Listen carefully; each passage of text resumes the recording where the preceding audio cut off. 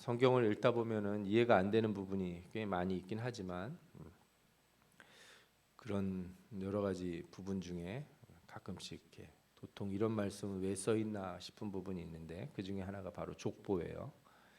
마태복음도 읽으면 아브라함이 이삭을 낳고 이삭은 야곱을 낳고 막 이렇게 쭉 나가잖아요. 그래서 처음 성경을 읽는 사람들이 그걸 읽다가 도대체 이거는 왜 이렇게 써 있는가? 또 구약에도 보면 중간중간에 누구는 누구를 낳았다 하는 이야기들이 이렇게 막 들어가 있어요. 도통 이해가 안 되니까 그냥 넘어가기 쉽습니다. 그러나 모든 말씀에는 하나님의 뜻이 다 있는 줄 믿습니다.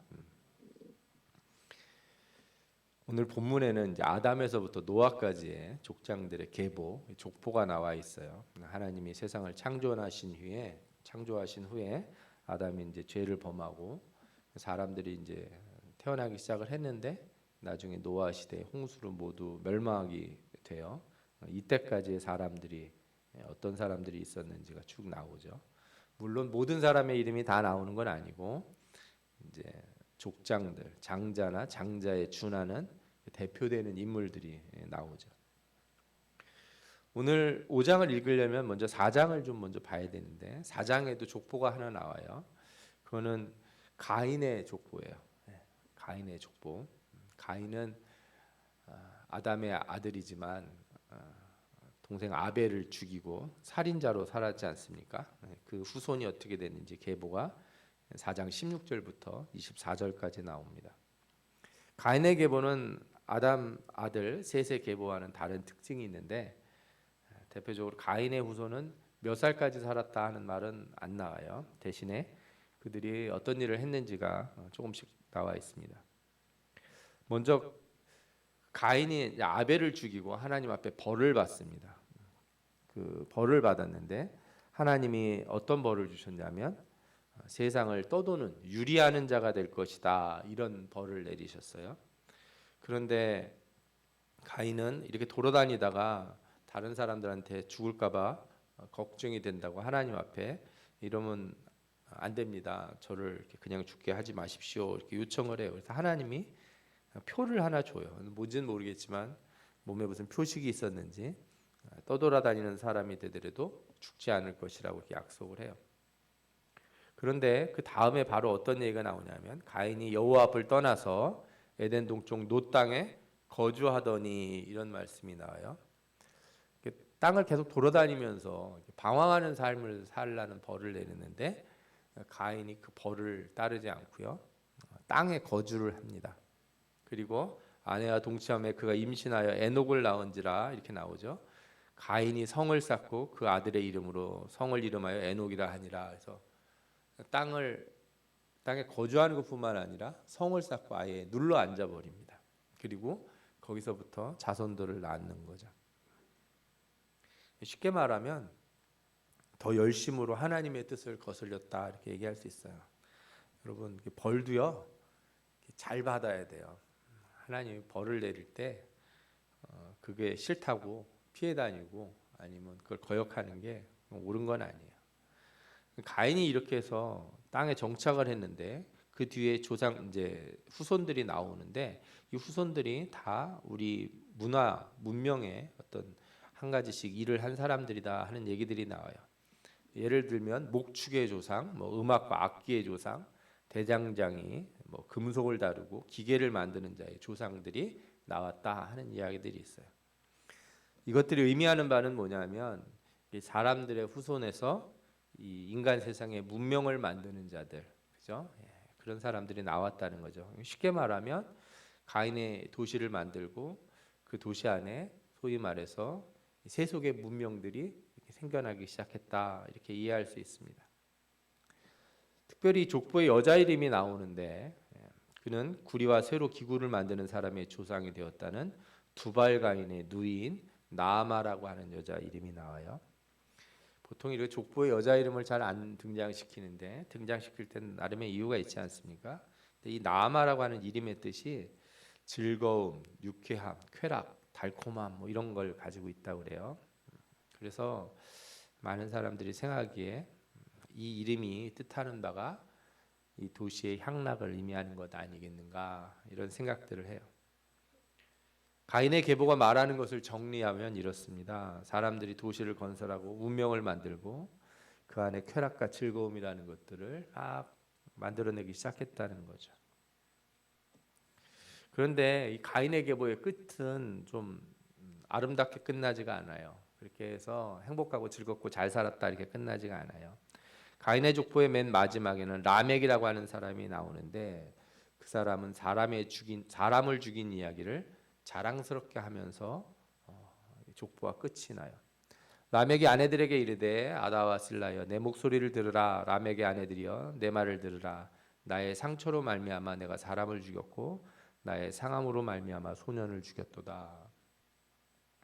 창세기 4장 23절에 나오는 말씀이에요. 그러니까 문명을 만들고 기쁨과 즐거움, 쾌락 같은 것들이 많이 있는 그 도시에 있었지만 그들의 삶이 어땠어요? 상처로 말미암아 사람을 죽이는 삶, 그죠? 즐거움 속에 살았다고는 말하지만 사실은 결국에 죄악으로 덮여 있는 모습들을 보여주는 거죠. 사람을 죽이고 슬퍼하기보다 그것을 허풍처럼 떠버리는 인간이 돼요. 마지막 절에는 이렇게 나옵니다. 가인을 위하여는 벌이 7배일진데 라멕을 위하여는 벌이 70배이로다 하리로다. 이게 무슨 얘기예요? 내가 더 나쁜 놈이야. 막 이런 걸 자랑하는 거죠. 악당이 자기 악을 자랑하는 그런 계보를 보여줘요. 이것이 죄악의 계보라면 한쪽에는 하나님의 백성들의 계보가 나오는데 창세기 4장 26절에는 이 계보를 시작하기 전에 이런 말씀으로 4장을 끝을 맺어요. 그때 사람들이 비로소 여호와의 이름을 불렀더라. 드디어 하나님을 부르는 자들이 나타났다는 거예요. 성경에서 하나님의 이름을 불렀다는 건 주로 예배하는 것을 의미해요. 그러니까 가인의 계보와 대비되는 아담의 후손 셋의 계보의 사람들이 드디어 하나님을 찾고 예배하는 자들이 나타나는 거죠. 그래서 이게 옛날 얘기만 의미하는 게 아니고 지금의 시대도 동일하게 보여주고 있어요. 세상이 이렇게 반으로 딱 갈렸어요. 하나님께 예배하는 자들 그리고 세상의 문화 속에서 즐거움과 쾌락과 향락을 쫓는 자들, 악을 행하면서도 부끄러워할지 모르고 그 악을 자랑하며 허풍스럽게 떠버리는 자들. 저는 TV나 이런 미디어 영향이 우리에게 가장 많이 이렇게 좀 나쁜 영향을 많이 준다고 생각해요. 그 중에 대표적인 게 조폭 영화 같은 거 있잖아요. 네, 조폭 영화. 그 다음에 요즘은 이제 무슨 마약 범죄, 무슨 마피아, 외국 드라마들 보면 그런 드라마들이 많이 나오는 거예요. 그래서 젊은이들이 그런 문화들을 보면서 뭐라 그럴까요? 악을 악으로 생각하지 못하고 악을 자랑스럽게 악행한 것이 그게 뭐가 문제야? 막 이런 식으로 말하고 떠버리는 그런 시대가 되었다는 게 너무나도 슬프다 하는 생각이 들어요. 아주 적은 소수만이 이렇게 크리스마스에 주님의 날에 이렇게 예배드릴 수 있다는 것. 여기 와 있는 여러분들은 하나님의 은혜 안에 이 자리에 와 있지만 또 한편으로는 소수가 와 있다는 것에 마음이 매우 안타깝습니다. 이처럼 인류를 시작하는 창세기에는 두 족보가 나눠져 있어요. 한쪽은 하나님의 말씀을 거부하고 자신들의 세계와 문명을 만들고 쾌락과 향락을 추구하고 살아가는 사람들. 또 한쪽에는 하나님과의 바른 관계를 맺고자 그분을 찾고 부르며 예배드리는 자들이 있었다는 것이.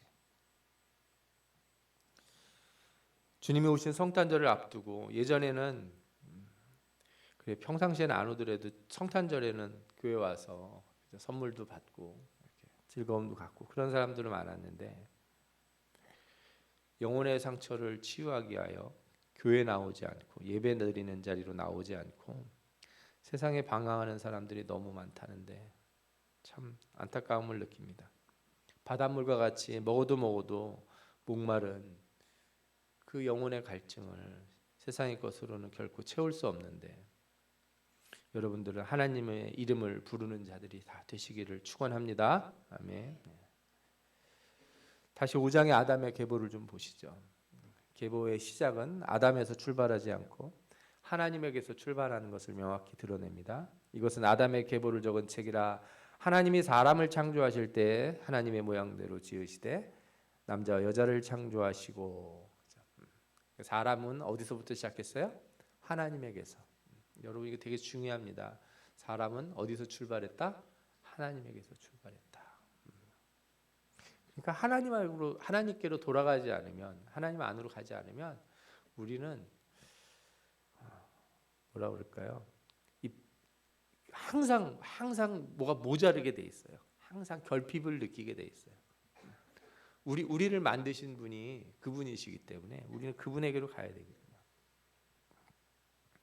3절에는 이제 아담의 이야기가 나오는데, 아담이 130세에 자기의 모양 곧 자기의 형상과 같은 아들을 낳아 이름을 셋이라 하였고, 그러니까 하나님의 형상대로 우리를 만들었는데 이제 우리가 그때부터는 우리의 형상대로 자녀들을 낳기 시작했다는 거죠.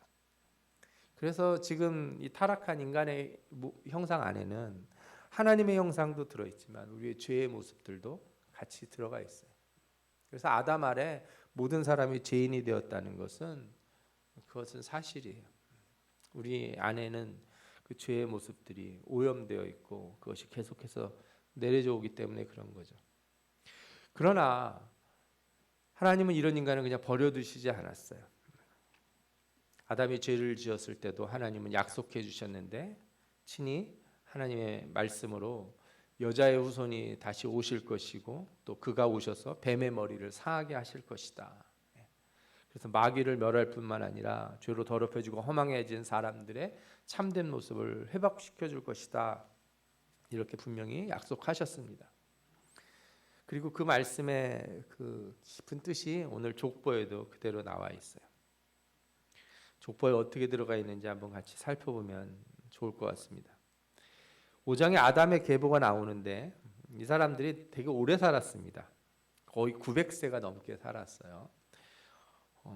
야렛만이 895세를 살았다 이렇게 나와 있어요. 900년이면 어느 정도냐? 지금부터 900년 뒤로 가면 고려 시대쯤 돼요. 어마어마한 시간이에요. 오래 산 사람이죠. 그런데 여러분 900년을 살아도 영원히 산 건 아니에요. 영원한 건 아니에요. 아무리 900년을 살아도 그들이 죽음을 피한 게 아니라는 거죠. 먼저 아담이 130세에 셋을 낳았고 930세에 죽는다 이렇게 나옵니다. 셋이 105세에 에노스를 낳았어요. 그러니까 아담이 손주를 볼 때는 235세예요. 굳이 계산하지 마십시오. 제가 말씀드리는 것만 그냥 들으시면 돼요. 에노스는 게란을 90세에 낳았어요. 그때 아담의 나이가 325세예요. 325세의 증손자를 본 거죠. 게란은 70세에 마할랄레를 낳았습니다. 그럼 아담 나이가 몇 살이냐? 325세에서 70 더하니까 395세가 돼요. 그 다음에 마할랄렐은 65세에 야렛을 낳았어요. 아담이 460세가 됩니다. 아직도 안 죽었어요. 야렛이 에녹을 낳을 때가 162세였는데 아담의 나이가 622세예요. 그때 이제 에녹이 태어난 거예요. 아담은 죽지 않았어요. 세상에 태어난 많은 사람들이 뭐라고 생각하냐면 하나님이 분명히 선악과를 따먹으면 정령 죽으리라 이렇게 얘기했는데 저분이 안 죽네. 지금 몇 년이 지났는데 안 죽었어. 지금 사람들이 이렇게 많이 늘어나고 애들을 낳는데 그런데 안 죽고 계시단 말이야. 이렇게 생각을 했을 거예요. 그렇구나. 아직 살아계신 거 보니까 죽음이라는 게 그런 건 아닌가 보다 이렇게 생각했을지 몰라요. 뭐 비록 살인으로 사람이 죽는 일은 있었을지 모르지만 이렇게 하나님의 형상으로 창조된 인간이 죽지 않았다는 걸 사람들이 알고 있잖아요. 그런데 언제 아담이 죽냐? 에녹이 308세에 첫사람 아담이 죽습니다. 사람들이 첫사람 아담이 죽는 걸 딱 알게 돼요. 그리고 진짜 절망하게 되는 거죠. 아, 정말 다 죽는구나. 정말 다 죽는구나. 아직 뱀의 머리를 밟은 후손이 태어나지도 못했는데 첫사람 아담이 죽었다면 그 뒤에 남은 사람들도 어떻게 돼요? 하나씩 다 죽게 되겠구나. 모두가 알게 됐어요. 아무리 900살을 넘게 살아도 그들 앞에는 뭐가 있다? 죽음이 있다.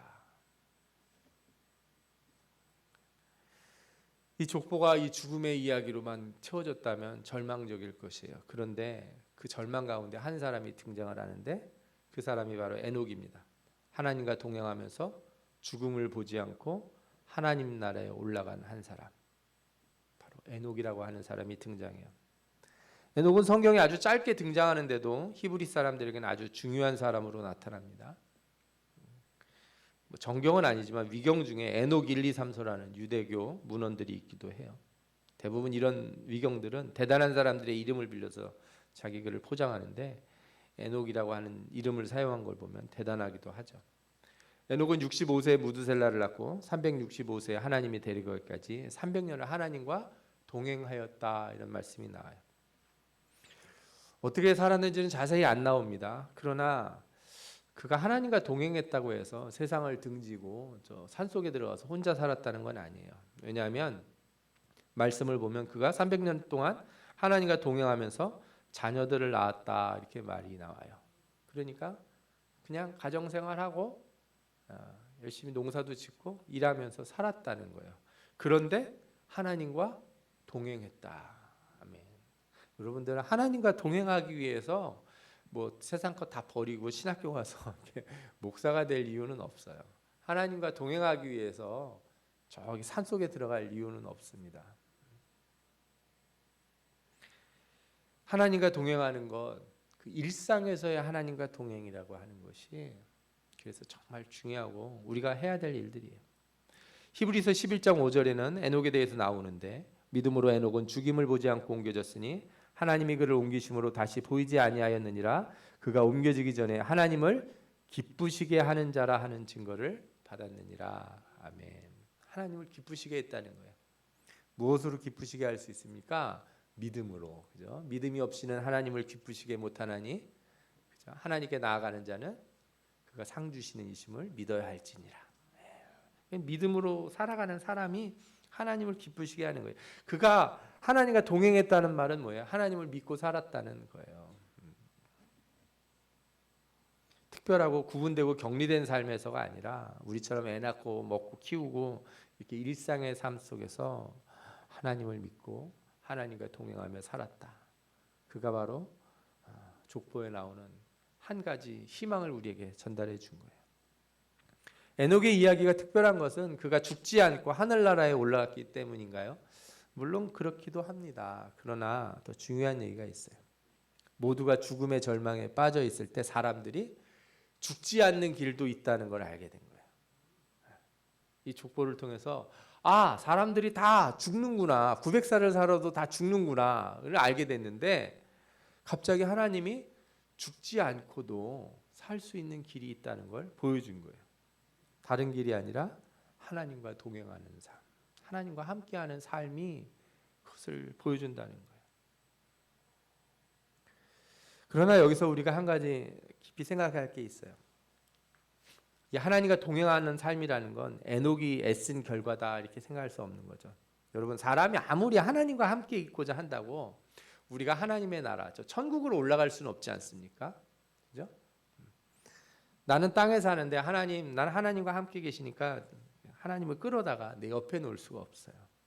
그러니까 성경적으로 보면은 하나님과 동행했다 하는 것은 하나님이 그와 함께 하셨다 하는 말이 더 적합한 말이에요. 내가 하나님과 동행한 게 아니고 하나님이 나와 함께 해주셨다. 아멘. 그래서 이 죄악이 넘치는 세상 속에서 하나님이 에녹과 함께 하셨고 그와 동행해 주셨고, 그래서 그가 믿음으로 하나님을 기쁘시게 할 때 그를 죽음을 보지 않고 하늘나라로 데려가셨다. 이것이 바로 세상에 살고 있는 많은 사람들에게 주는 소망의 메시지, 희망의 메시지인 줄 믿습니다. 이 하나님과 동행함, 하나님이 함께 하심이라는 것은 성경에 계속 나오는 말씀들이에요. 하나님은 하나님의 백성들을 항상 부르시고 그들과 함께 하셨어요. 아브라함을 부르시고 그와 함께 하셨고, 이삭을 부르시고 그와 함께 하시고, 또 야곱과 그의 자녀들과 그 후에 모든 하나님의 백성들을 부르시고 그들의 하나님이 되어 주시고 그들과 함께 거하시기를 원하셨어요. 그리고 또한 말씀을 주셔서 말씀으로 우리와 함께 계시기를 원하시고, 이 말씀을 믿고 지키는 자들에게 구원의 은혜, 생명의 소망들을 주시기를 원하셨어요. 그러나 사람들이 이 하나님의 말씀을 온전히 믿고 따랐느냐? 그렇지 않았어요. 하나님이 택한 자들, 하나님이 부르신 자들조차도 죄를 범했고 우상을 섬겼어요. 그렇게 해서 나라가 멸망하게 됩니다. 그러나 하나님은 하나님의 자녀들, 하나님이 부르신 자들을 버리시지 않고 택하시고 함께 계신다는 약속을 끝까지 주십니다. 나라가 멸망해 갈 때 이사야 선지자가 하나님의 말씀을 이렇게 전합니다. 그러므로 주께서 친히 징조를 너희에게 주실 것이라. 보라, 처녀가 잉태하여 아들을 낳을 것이요 그 이름을 임마누엘이라 하리라. 아멘. 죄로 죽을 수밖에 없는 자들에게 하나님이 주신 약속이 뭐예요? 내가 너희와 함께 하겠다. 우리와 함께 계시는 그 하나님을 만나고 그 하나님과 동행하기만 한다면 우리에게는 죽음이 아니라 생명이 있는 줄 믿습니다. 이 세상에 모든 사망의 권세가 덮일지라도 우리에게 무엇이 있어요? 참된 소망, 부활의 생명의 소망이 우리에게 있는 줄 믿습니다. 이 임마누엘의 약속이 결국 이 땅에 실현이 돼요. 이사야 선지자가 이 말씀을 전한 뒤 아주 오랜 시간이 지나서 기쁜 소식을 전하는 천사가 한 여자에게 와서 이 약속을 상기시킵니다. 보라, 처녀가 잉태하여 아들을 낳을 것이요 그 이름을 임마누엘이라 하리라 하셨으니 이를 번역한즉 하나님이 우리와 함께 계시다 함이라. 아멘. 임마누엘의 하나님이 뭐예요? 우리와 함께 계시는 하나님.